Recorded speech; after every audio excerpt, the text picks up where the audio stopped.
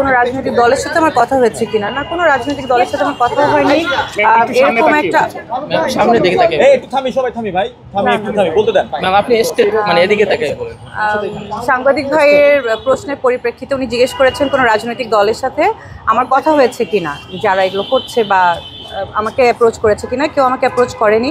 আমার কাছে অবাক লেগেছে যে বাংলাদেশের এত বড় একটা রাজনৈতিক দল হওয়া সত্ত্বেও যখন তাদের কোনো সাপোর্টার, আমি কর্মীও ধরলাম না, হয়তো সাপোর্টার, তারা যখন এরকম ধরনের রেসপন্সিবল একটা কাজ করে, সেখানে আমি মনে করি যে বড় রাজনৈতিক দল হিসাবে একটা নিদর্শন স্থাপন করার জন্য হলেও আমাকে অ্যাটলিস্ট অ্যাপ্রোচ করে ওনারা এই জিনিসটার বিষয়ে ক্লারিফিকেশন দিতে পারতেন। কেউ সেটা করেননি।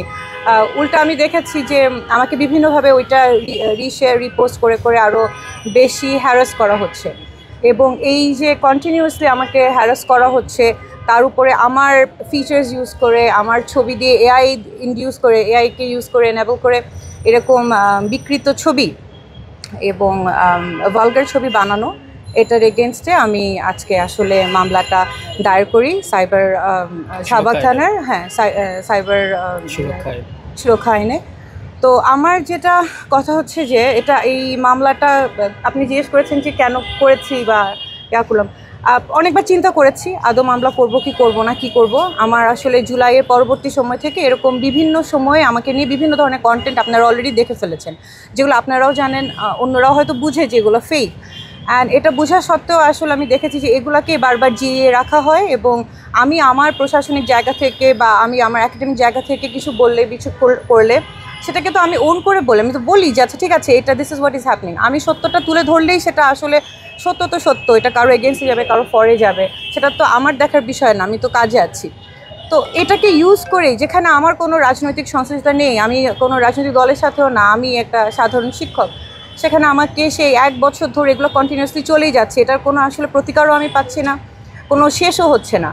মামলাটা একদম লাস্ট মোমেন্টে এসে আমার আসলে ধৈর্যে আমি মনে করলাম যে এটা তো শুধু আমার সাথে না, আমার সাথে দাঁড়িয়ে থাকা ঝুমা, সালমা, উমামা, মনসুরা, আমাদের madam Saima Ferdous madam, Lutfa madam, কে বাদ আছে? কোনো কেউই বাদ নাই আসলে।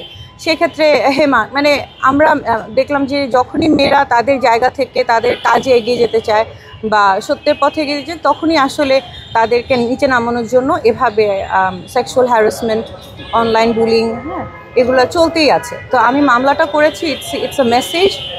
আমি তো বলেছি যে যারা অজ্ঞাতনামাও আছে, পরবর্তীতে যদি এগুলো কন্টিনিউ করে তারাও এই মামলার মধ্যে যেন চলে আসে। এই জিনিসটা আসলে আমরা ভয়ও পাওয়া উচিত না, যেটা আমি 1 বছর ধরে অ্যাভয়েড করে গিয়েছি যে হ্যাঁ ডাই ডাউন করে যাবে, সব কিছু মিটিগেট হয়ে যাবে হয়তো একটা টাইমে, যে এগুলো আর থাকবে না। আমি দেখেছি আসলে হয় না, ওরা আমাদেরকে উইক মনে করে এবং কন্টিনিউয়াসলি এটা করতে থাকে, উইচ ইজ ওয়াই আমি মনে করেছি যে it is time to step up. আমি আসলে আমার জায়গা থেকে আমি মামলাটা করবো। আমার মিডিয়ার কাছে একটা রিকোয়েস্ট আছে, এটা আমার কাছে খুবই দুঃখজনক। আই থিঙ্ক আমি একলা না, আমার সাথে যত নারী শিক্ষার্থী আছে যারা পলিটিক্যালি অর সোশ্যালি অ্যাক্টিভিজম করে, তারা সবাই একই জিনিসের আসলে ভিকটিম হচ্ছে। সেটা হচ্ছে যে খুব বিকৃত ক্যাপশন দিয়ে ছোট ছোট ক্লিপস করে খুব ইরেলেভেন্ট জিনিসপত্র আপলোড করা হয়। এটা আসলে আমাদের জন্য খুবই আনকমফোর্টেবল এবং মানে এটা এক ধরনের হ্যারাসমেন্টও।